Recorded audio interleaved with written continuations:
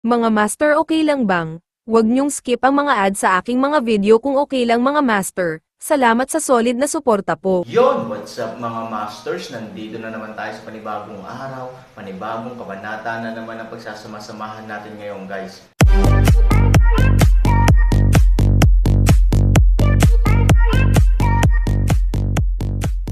Bali mga masters, kung bago ka pa lang po sa aking YouTube channel, please click the subscribe button, lalong-lalo na po yung notification bell guys, para maging connected pa rin tayo sa isa't isa at maging updated kayo sa mga susunod ko pang video.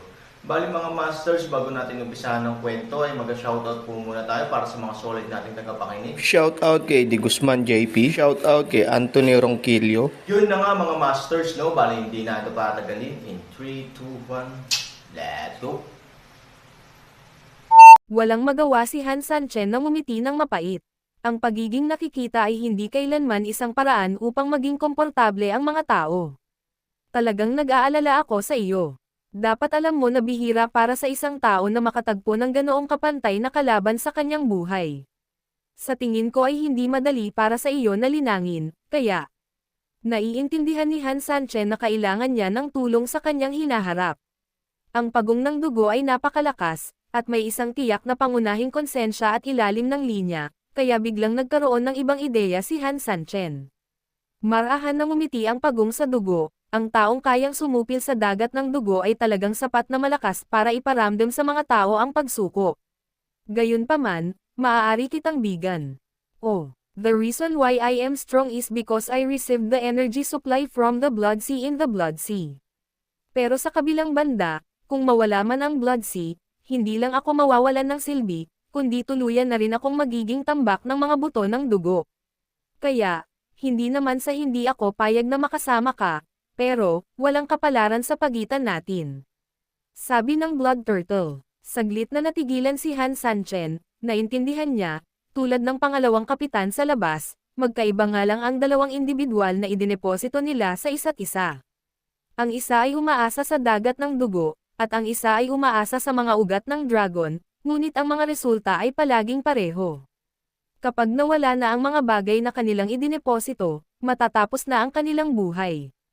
Ang mga taong may dragon veins ay maaaring mabuhay hanggat mayroon silang maliit na dragon veins, kaya tila makakaligtas ka kung mag-iiwan ka ng isang tiyak na dami ng dugo sa dagat ng dugo. Tumango ang dugong pagong, oo, tama, ngunit pinapakain tayo ng pangunahing katawan, sa madaling salita, kung mag-iiwan ka sa akin ng ilang dugo mula sa dagat ng dugo, maaari akong mabuhay, ngunit ang aking lakas sa pakikipaglaban ay hindi mailalarawan na lubhang nabawasan. Dapat, halos parang may kapansanan. So, at that time, baka hindi lang kita matulungan, hatakin pa kita pababa. Bakit ganun? Kung payag ka, baka hindi ako papayag. Kung tutusin, paano ka makakasundo sa pamumuhay sa ilalim ng lupa kung maaari kang lumipad sa langit? Tumango si Han Sanchen, kung gayon, paano kung kaya kitang suportahan ng dugo? Upang mailigtas ang mga tao, mas gugustuhin mong kumuha ng malaking panganib na pumunta dito para basagin ang dagat ng dugo at sirain ang mga ugat ng dragon. Paano mo papatayin ang mga inosenteng tao nang walang habas para lang suportahan ako? Sabi ni Blood Turtle. Sinabi ni Han Sanchen, syempre hindi ako papatay ng mga inosenteng tao para sa isang tao, ngunit paano kung ang mga taong ito ay karapat-dapat na mamatay? Gayunpaman, sa kasong ito, malamang na hindi magkaroon ng isang birhen. Para sa mga kababaihan, ang posibilidad ay napakaliit. Tumango ang pagong sa dugo bilang pag-unawa. Sa totoo lang, ang dugo ng dagat ng dugo ay hindi naman kailangan ng dugo ng isang babae o isang birhen para malikha. Ito lang na ang dagat ng dugo, medyo nagsasalita, ay nangangailangan ng kapangyarihan ng kasamaan. So, kung hindi babae o virgin, mababawasan ng husto ang actual effect. Marahan na ngumiti si Han Sanchen, maaaring hindi ito malaking diskwento. Paano ko sasabihin ito? Mapait na sinabi ni Han Sanchen, siguro hindi ako makakagawa ng ganoong kalaking dagat ng dugo. Kung tutusin, hindi sapat ang dugo ng isang tao o ilang tao para makagawa ng napakaraming dugo. Ngunit kung nais mong pag-usapan ang tungkol sa kadalisayan ng purong yin at kasamaan, naniniwala ako, may kakaunti sa mundong ito na mas dalisay kaysa sa aking ginawa. sa dalawang malalaking demonyo sa kanyang katawan. Ang sariling dugo ni Han Sanchen ay mas masama kaysa sa anumang halimaw. Sa makatuwid, para kay Han Sanchen, ang paglikha ng isang maliit na dagat ng masamang dugo ay hindi masyadong malaking problema. Bigla ding naunawaan ng pagong na may dugo, tama, nandyan ang halimaw na iyon sa iyong katawan. Natural, ang iyong yin power ay higit pa sa kayang pantayan ng iba. Nakalimutan ko ang puntong ito. Kung ganoon ano sa tingin mo? Sabi ni Han Sanchen. Napangiti ang pagong ng dugo, hindi mahalaga kung ano ang iniisip ko. Ang katotohanan ay, maliban sa iyo, mayroon pa ba akong iba pang pagpipilian? Alinman sa sundin ang dagat ng dugo at abo, o sundin ka. At least kaya kong protektahan ang aking sarili. Multiple choice questions that any fool would do. As long as you don't worry about me hold you back, then everything else is fine. Ngumiti si Han Sanchen ng may kasiyahan, kung ganoon, pumunta tayo sa Longmai.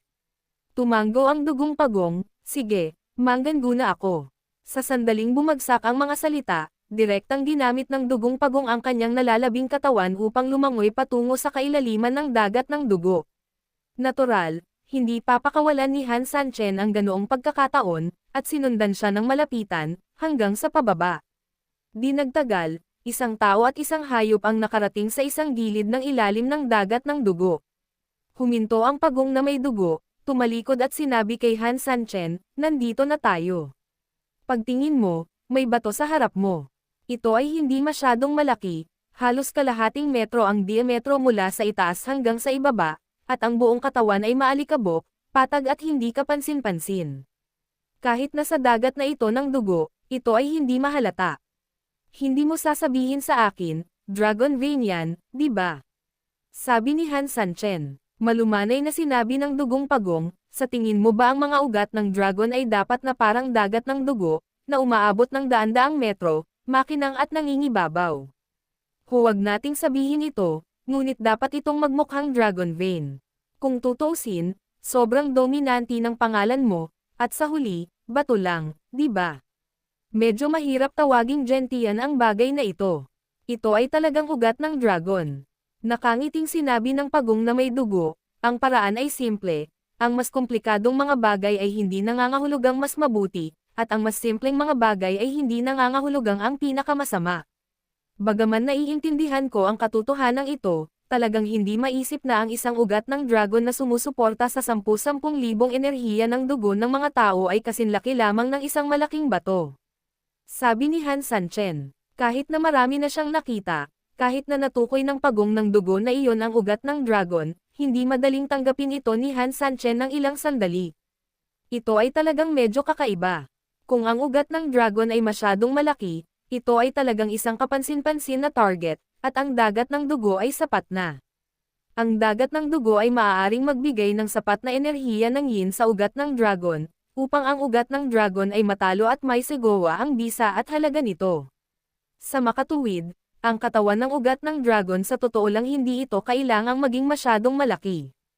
Tumango si Han Sanchen. Sa madaling salita, ang mga ugat ng dragon ay napakaliit, na sa katunayan ay mas angkop sa kanilang sariling pagtatago. Ngayon, sirain ang ugat ng dragon, maaari kitang tulungan. Pagkatapos ng mga salita, biglang inalog ni Long Wei ang kanyang katawan, at sa sumunod na segundo, ang kanyang katawan ay direktang lumipad sa isang buto. Nang pag-atake, na may isang pag-atake ng isang kamay ni Han Sanchen. Panipi, ang tubig ay maaaring magdala ng isang bangka, ngunit maaari rin itong ibagsak. Naiintindihan mo ba ang ibig kong sabihin? Tumango si Han Sanchen, naiintindihan niya ang ibig sabihin ni Long Wei.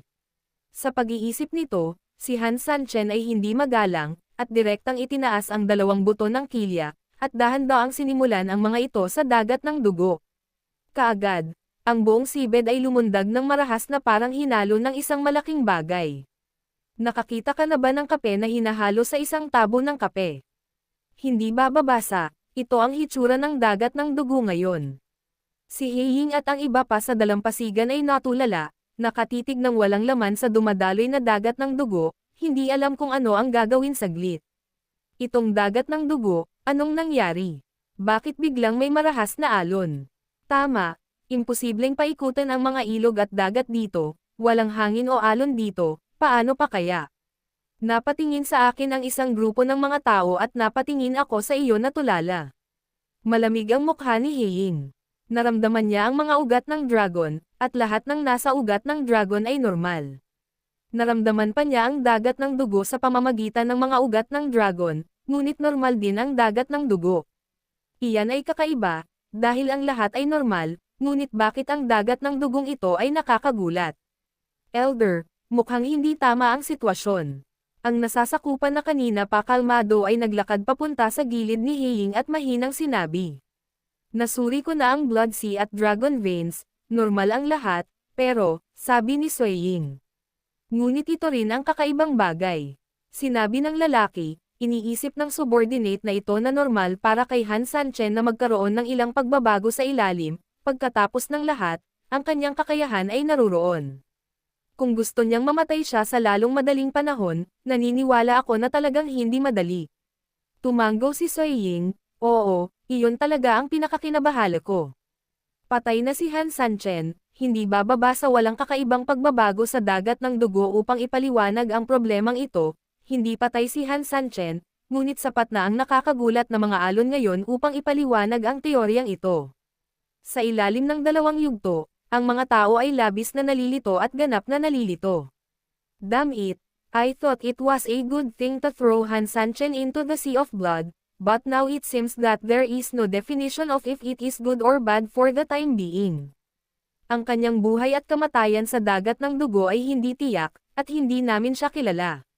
Ano ang sitwasyon? Medyo balisa ang nasasakupan. Ganoon din ang naramdaman ni Heying. Oo, pero parang kakaiba ang Blood Sea ngayon, nakakabahala talaga. Elder, bakit hindi ka magpadala ng isang tao para makipagsapalaran upang tingnan? Anyway, ang sitwasyon ngayon, hindi mahalaga kung mayroon pang isang tao, ngunit hindi bababa sa maaari itong maging komportable sa amin. Tumango si Suiying, talagang oras na para magpadala ng isang tao upang suriin ang sitwasyon. Sino ang mas magandang magpadala? Tanong ni Suiying. Sinabi ng nasasakupan, naniniwala ang nasasakupan na sapat na ang magpadala ng isang taong nangangahas na mamatay.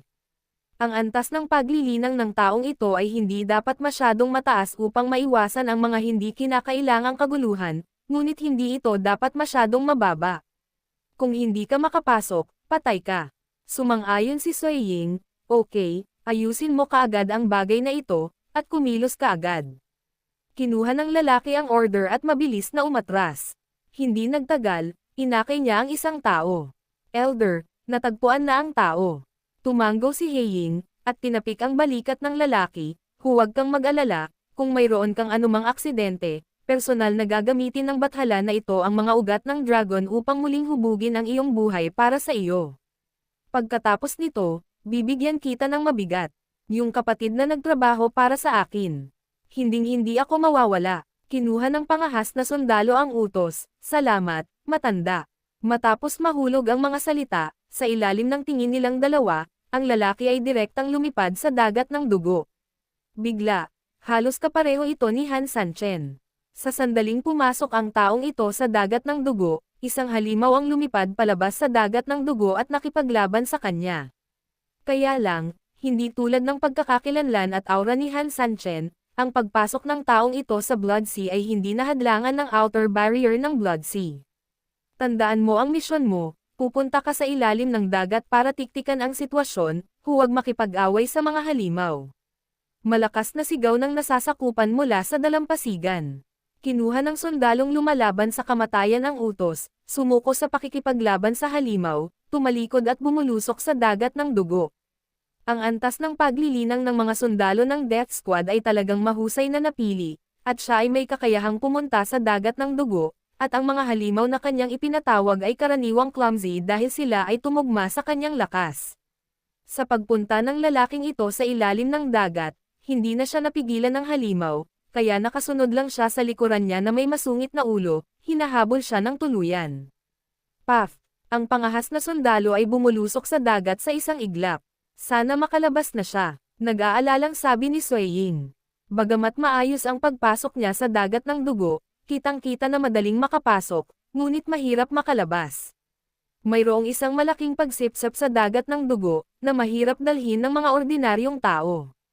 Tumanggol din ang nasasakupan, hanggat maipakita natin ang ating mga ulo minsan, malalaman natin kung ano ang nangyayari sa ilalim ng dagat. Kung kinakailangan, maaari pa nating talikuran ang ilang bagay para matrap si Han Sanchen sa kamatayan. Tama, pero ayokong mangyari ito. Alam mo naman, ang dami nating nagastos para ayusin ang mga ugat ng dragon, ayokong sirain ito. Sabi din ni Heying, sa oras na ito, nasa dagat si Han Sanchen. Umaasa na sa dugong pagong, ang buong dagat ng dugo ay nagdilim na. May pumasok, gusto mo ba siyang patayin?